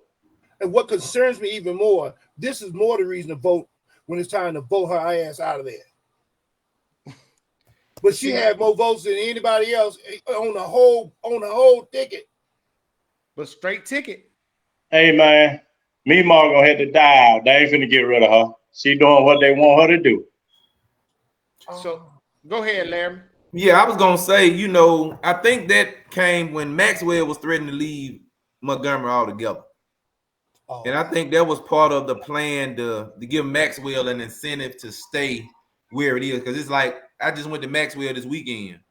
And when I say they building up around Maxwell, I think that was one of the incentives, because you got people that's coming from all over the country right there to Montgomery, and they don't want them to venture out too far out in Montgomery. But if you got something right there close by, that's even a bigger incentive.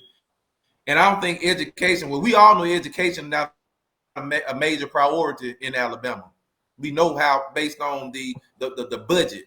But Maxwell evidently is more important than the education of the children in Alabama. So I think that's part of the reason why she did that, to kind of, lock in Maxwell, to give Maxwell some. And when I say it's right outside the gate, it's literally not even a mile outside the gate. It's right there. But people, Maxwell is an economic base for Montgomery, the county of Montgomery, because you have the Air Force. That's where that's where the Air Force War College is at. You know what I'm saying? That's where the Air Force, where you go to school. Well, I went to Command General Staff College at Fort Leavenworth. The Air Force equivalent is there at Maxwell Air Force Base. So you have a lot of officers, a lot of you have MEPs there. So you have a huge economic base that's there.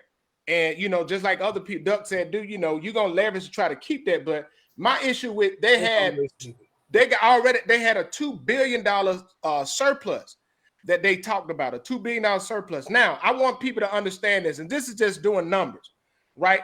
The state of Alabama roughly have 41,977 teachers right now. 41,977 teachers. Out of that $300 million that was allocated or earmarked for non-education purpose things, they could have gave each teacher a bonus of $7,146.77 out of that $300 million. Now think about what that would have done for those teachers who are right now already not being paid enough, who got to deal with the foolishness of all these folks' crazy kids, and 95% of them having to work second jobs. What do you think that money could have did for them? I don't want them to give them a bonus, because bonus is taxed at a different rate. I want them to raise the level of the salary. Because I'm not bonus. Bonuses, Them bonuses so be taxed. They tax them bonuses. Listen, I'm not disagreeing with that, but with this surplus right now, that money ain't gonna be according to that salary next year. This money got to be allocated now. So I'd rather them get taxed now for that $7,000 at a 30-some% rate than not get anything and have to wait to get pennies on the dollar for a $400 raise next year. Mm-hmm. So I mean I just did that math, and listen, I know the same thing happened, and I was gonna talk about it. You know, the case with Brent Favre over in Mississippi.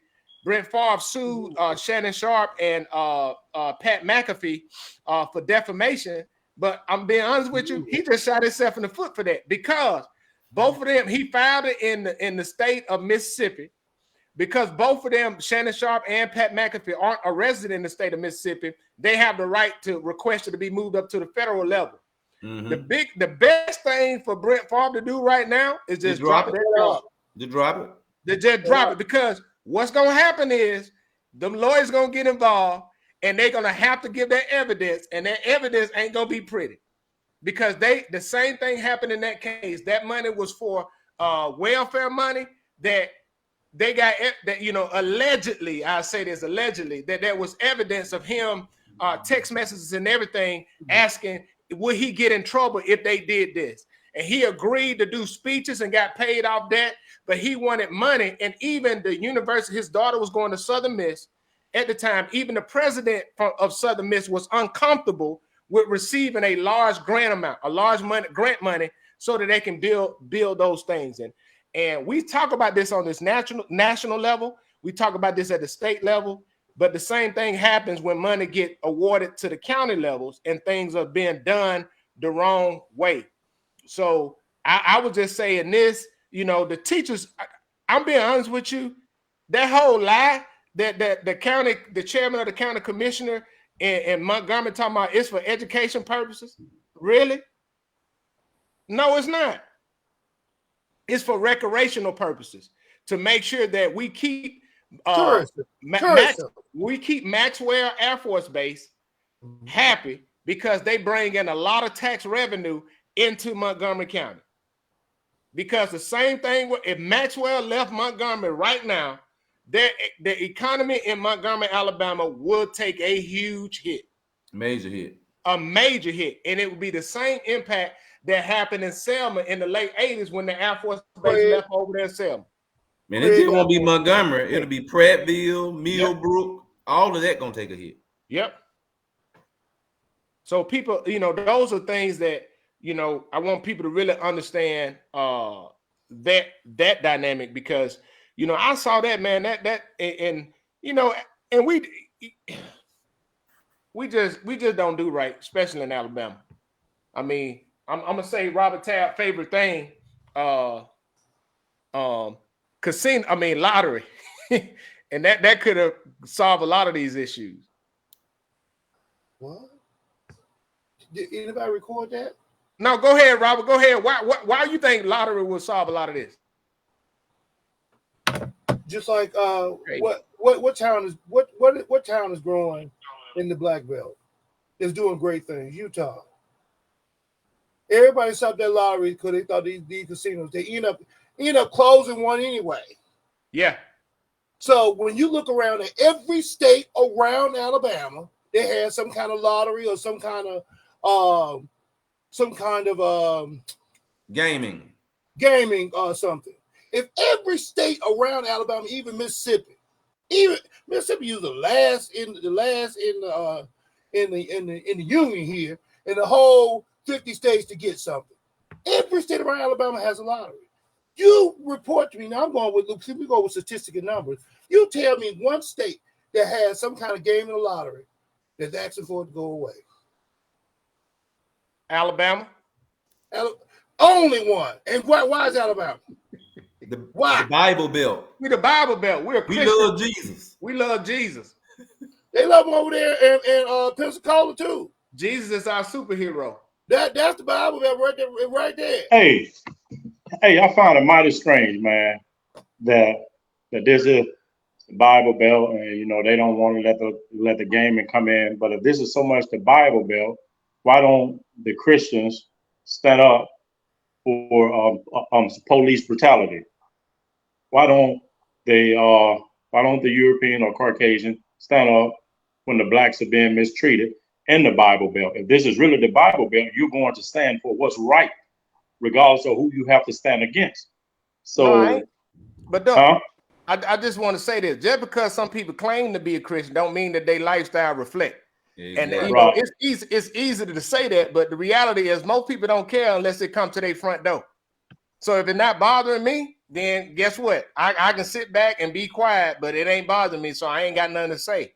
And a lot of these things, a lot of these issues we talk about, it's a different thing when the reality comes to play. What people don't realize too is the power of imagery. If Bloody Sunday never happened, the civil rights movement and Selma wouldn't be known for what Selma is known for right now. Nothing would have changed.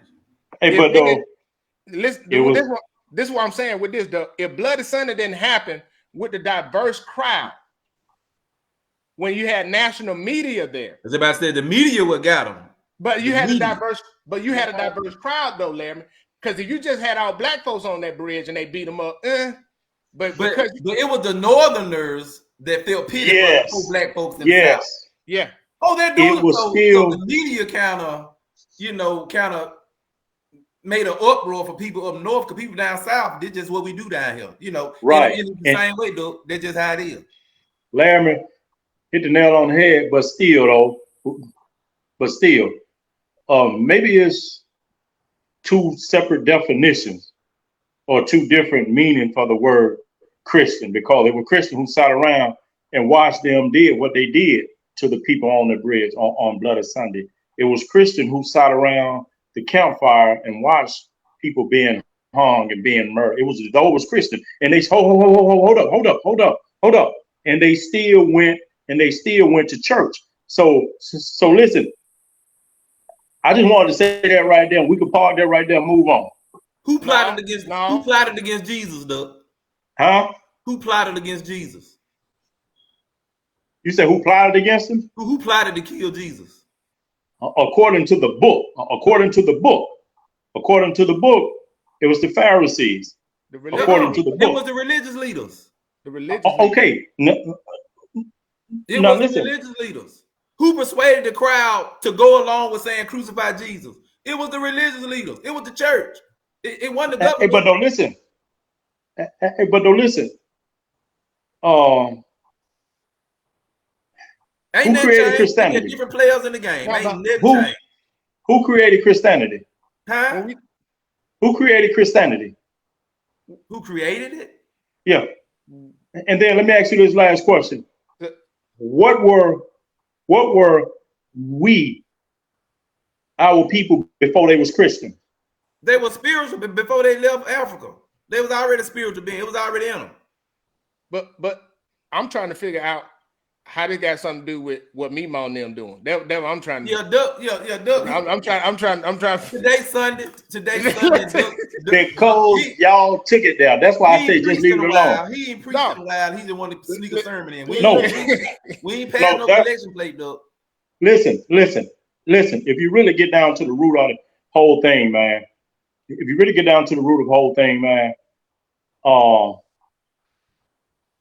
Their definition of being a Christian is totally different from what our definition would be. Their meaning and everything is totally different. You can see it. But Duck, what about the people, the thousands of people? You say us versus them. That's why I'm not a us versus them argument, because there are a lot of people that stood up. But also, too, one thing people don't think about or even talk about is you can want to do what's right, but if you ain't got the resources or the connections to get something pushed, after a while, guess what? How many people, and watch this, Duck, and I'm going to use this analogy right here, right? If you know people that live in the ghetto, they know people do wrong. They know who did what, but they ain't going to snitch because they know if I say something going to happen to me. Do we say those people are wrong? Do we call them out for their hypocrisy, for not speaking up and doing what's right? Those people make a decision. Hey, look, I'm doing what's best for me and mine right now, because I know if I do speak up and I tell on Junebug, because I know what Junebug did, right? Then guess what? I'm putting myself and my family at risk. And I'm glad you said that. A lot of people. Those people, the ones you just named. I mean, the scenario you just gave. How many of those people do you see up in church? If Lil Pookie go and shoot Lil Ray Ray and Lil Darryl, Lil Pookie don't go to church, no way. But it was some of these same people that sat around the campfire and bonfire that watched this stuff. They went to church the following day, and you had the pastors there right there, and you had the religious leader, the pastor, right there watching the same thing. So that's what I'm saying. The way I'm just talking about the human, like the human dynamic part of it. I'm not saying if they go to church or not go to church. What I'm saying is back then, there's a lot more that went on than just white and black people and what we call Christian and how people define Christian. That's all I'm saying with that. Because this is it's a good topic that we can talk about. But I just want to say that it's not a cut case of, hey, just because they felt this way, they didn't say nothing because of one thing. A lot of people and it also says in Matthew chapter 21, said everybody that cries, Lord, Lord, won't make it into the kingdom. So that even shows you right there that just because they in the church, just because they claim to be a Christian, don't mean that because he said, guess what? Get away from me because I don't know you. Your lifestyle has to line up with what you say you believe. And that's on that piece. So, hey, look, this ain't the show for us, so we're gonna move on with it. Hey, this thing can look deep, and Tab will be looking like Alice in Wonderland, like what's going on. So let's just move on to the next topic. Hold on, what that's supposed to mean? He said you got a good hat on, you got a brim. That's all. Yeah. That's what he should be saying. Yep. But I do want to say that do transition, man. Look, we're looking at it last night and the day. I done seen hundreds of pictures from the Truckers Ball last night, man. Listen, some folks were sharp out there, man. I think this is the second annual one. They had the Truckers Ball in Greensboro, Alabama yesterday, and boy, they said they had a time. Like the old folks said, they said they had a time last night. They had that choo-choo train rolling, boy. I was surprised. Hey man, I'm just glad to see them. I knew Bro Tab was at the Trucker Ball, but he having a doggone tutorial on how to properly mix Ciroc and other beverages. Hey man. Hey, so I'm just glad to see them finally coming together, putting this Trucker Ball together, and it seems like it's growing because they've been trying to do this, man, for I know way over 10 years, man. They've been trying to do this for many years. So I'm just glad to see somebody finally decide to go ahead on spirit this thing and take charge of it. And now, like you just said, it's the second annual. Yeah, and they said this year was better than last year. And they said, I mean, I'm talking about, man, I seen pictures of them folks sharp, man. I mean, people that look, they done had old Lamont, man, Nixon, man. That joker said them folks had eyelashes that was flipping back over their eyebrows, and they had their dress on with the makeup. The man was out there sharp, they was out there cutting the rug, you know what I'm saying? I know Robert Tower was doing the stinker leg, he was out there, but he wasn't there that last night, but they said they had a great time, man, and I'm glad, man. Great event. Love to see that, man, back home, man. Them folks reliving the prom days, man. Get a chance to go back to prom. Some of them didn't make it to prom. Hey, like Long said, Tal was too busy trying to not trying to. He was giving a good tutorial. He was giving some good advice.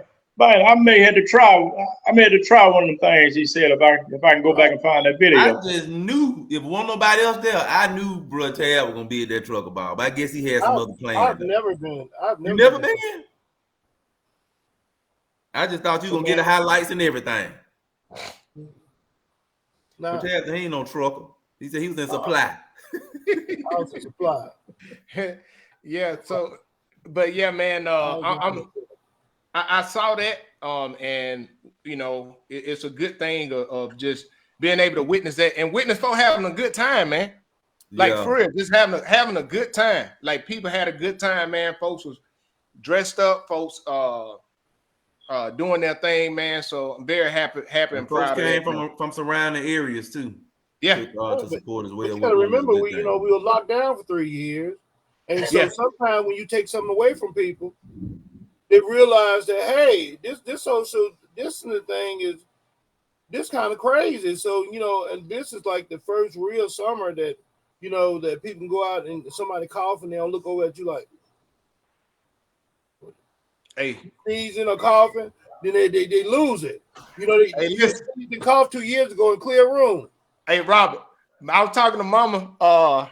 Yesterday. I said, look, right now that we on a 3 cough limit right now. You could, before you couldn't even have cough. People about damn trying to cough in 2021. People about to blow up. Now if you cough twice, they'll look at you a little bit. You cough 3 times, you got to go. I think it was Desmond Howard. He was on a flight like a month ago, and he just cleared his throat. And the person sitting on the seat with him tried to get him kicked off the plane. He just cleared his throat. But he didn't know he was Desmond Howard, though. They're like, do you know who this is? Yeah. So I'm just clearing my throat. But yeah, people still crazy even to this day with that coughing and stuff. Hey man, so a lot of things going on, man. I've been trying to share as much as possible on the Black Belt Experience page, but shout out, man, to Hatch Lady Bobcats, their softball team. First year them having a softball team. So man, I mean, I love that, man. I love seeing that. Shout out to, man. I want to give a shout out to man, Coach Evans, man. He's over at the Breakthrough Charter School doing what he do. With the track and field girls, man, hey, the GOAT to track and field coaches in Greensboro, Coach Evans doing what he's doing over there. We have come in April the 14th and 15th, the Naps, the one that came to Uniontown that did the free dental, they'll be coming to Utah, Alabama. They'll be in Utah, Alabama. They'll be doing free fillings, extractions, medical doctor consultation, diabetic foot care, and pediatric medical service, well child exam. So they'll be on there from Friday, April the 14th from 2:30 to 6 p.m. And then Saturday, April 15th from 7 a.m. to 4 p.m. And I would tell you, get there early. Get there and get service. I know they did a lot of the extractions. This is free. So you can go get if you got a toothache or something like that, you probably can't afford it. Hey, make your way over there and take advantage of this. I also too, man, I seen this thing, I shared it on the Black Belt Experience page about this father whose son is about to graduate from Southern University at 15 years old, and the dad go to class with his son every day. And somebody asked him, why you go to class? Your son 15, he can handle it by himself. He said, basically the dad said, hey, look, my son don't play sports. And if he did, we go to see our kids do their sports things and celebrate them at the football game and scoring touchdowns and shooting 3-pointers. He said, you know what? I go to the classroom and celebrate him when he in physics and answering questions and doing things like that. I just thought that was great because guess what? Fathers out there, especially black fathers, are more than in their kids' life. Next, man, RC Hatch, man, their FBLA student organization visited. They sponsored and took the kids to Atlanta Hawks basketball game. So, man, I seen things like that, man. That's stuff that those kids gonna remember for the rest of their life. So, shout out to Ms. Jones and the school for making sure facilitating that. And another thing we want to say about Uniontown, to just give an update on Uniontown, Alabama. Everybody know that Mayor Jones had been sick for a while, had surgery, and Uniontown, the city council has the mayor pro tem has been granted full administrative duties as the mayor until Mayor Jones recovered. So Mayor Pro Tem Carlton Lewis has been acting as mayor while Mayor Jones recovered from surgery. So just want to say that he's the mayor ain't getting fired or something like that. He just needs some more time while he recover. So they just officially, give him, the city council granted him full rights as mayor to serve as the mayor, just so they can continue to move things forward.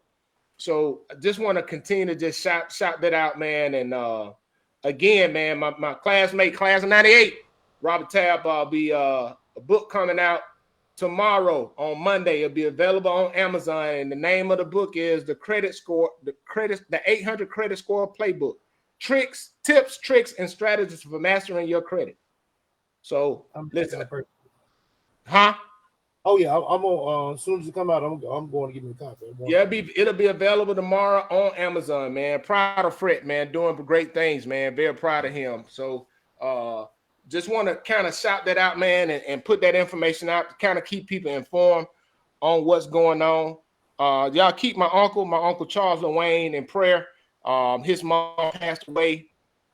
So Mama D traveling home right now. She literally in the sky right now as we speak, heading back down to the great state of Alabama. So to be there with her brother.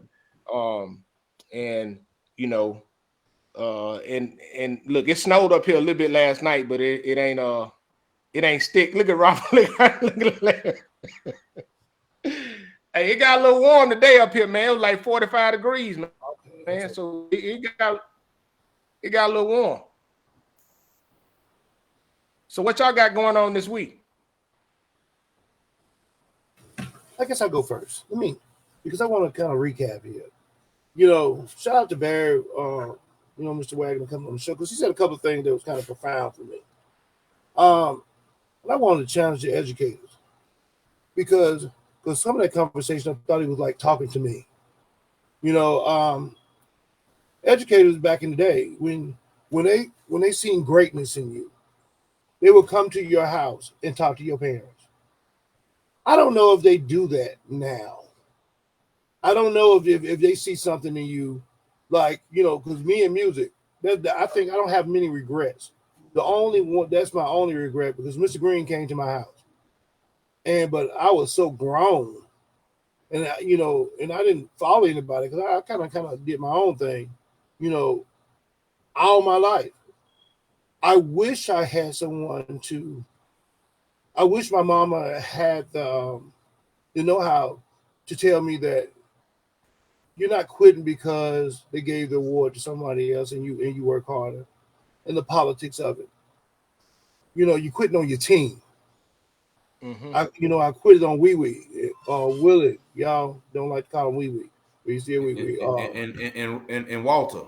And Walter and the mother trumpet players. I quit it on them in the last year in '89. I wish if it was presented to me in that way, I think that would have made a difference for me.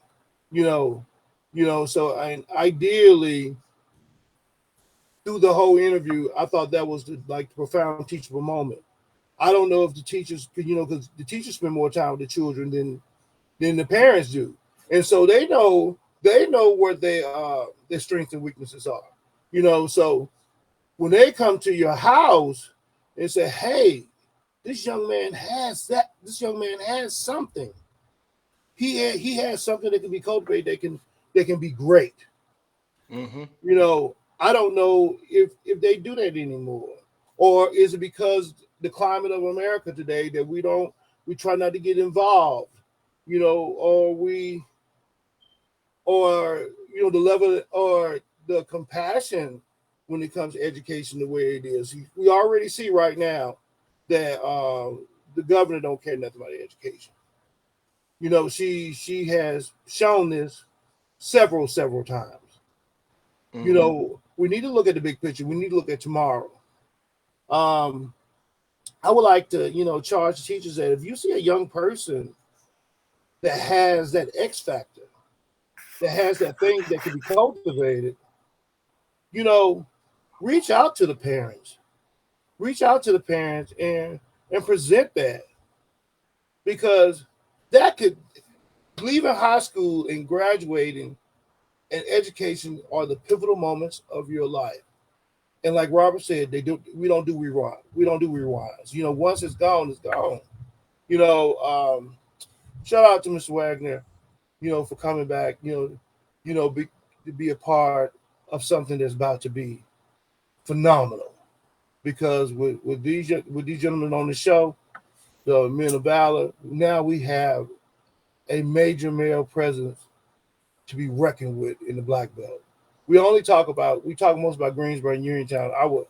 I think I'm gonna put a charge to myself to kind of go to these other small towns, and because the Black Belt consists of many communities, but those are the ones we focus most on. And also, we need to, even though many don't agree with the lottery, because I heard Mr. Johnson, I think his name, say that he don't agree with it. But when the majority speaks, we need to start listening. Because that is the definition of democracy. I guess that's all I got. Other than the VA, I got to go see my psychiatrist tomorrow. What? Don't cut up in there, Rob. You know how you get. You know how you get. You go to VA now. That VA, I have to exercise. I have to have the patience, Joe. When I tell you the VA, VA and Walmart. But therapy has pulled me through them two people. Y'all heard me go off on Walmart in a minute, because when I walk in there now, they ready for. They know I'm on 10, and they don't want me, so they don't mess with me as much. But that VA, you'll see, Robert. You ain't got a chance to it yet, but when you retire, you'll see. You'll see. You ain't crossed that river yet. But you retired. That VA right there had you messed up. I'm telling you, people advocate for your health.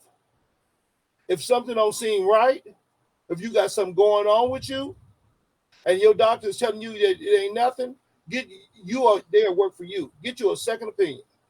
Go to somebody else, because you know your body, you live with it every day. Get you some help. All right, what about you? This on to Mr. Petty, Mr. Purnell. Your turn, Ms. Purnell. What you got this week? Help him, Lord. Oh, Doug. You want people to look at your hat now? Acknowledge you. Doug, can you hear us? Yeah, here. Him went to the East Camp. Hey man, Tab don't usually talk, but when he talk. Hey. I ain't got nothing planned for the week, man. I'm gonna go pass it on over to old Larry Malone, man.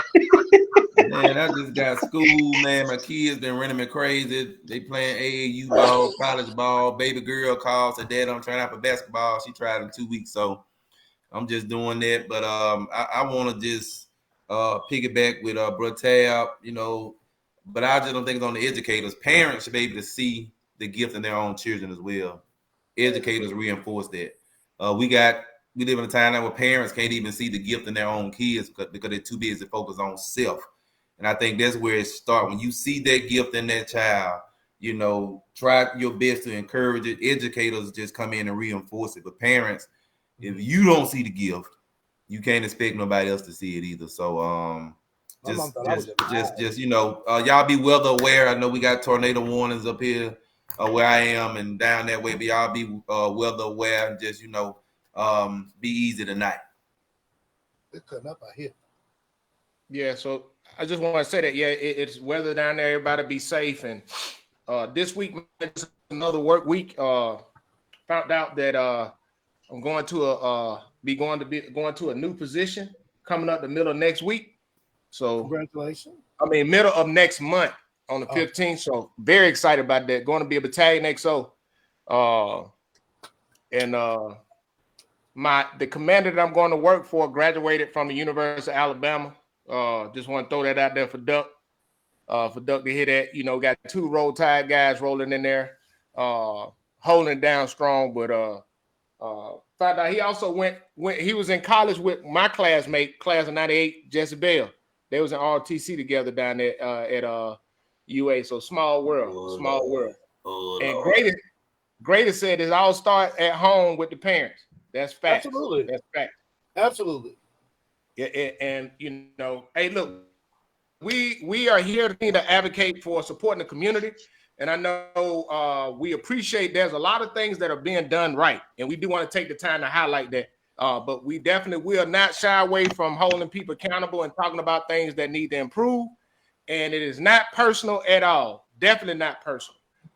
It's all done in love. So if you guys have any questions, reach out and hey, Want to continue to looking forward to talking to you guys next week. You guys have a great and wonderful day. God bless.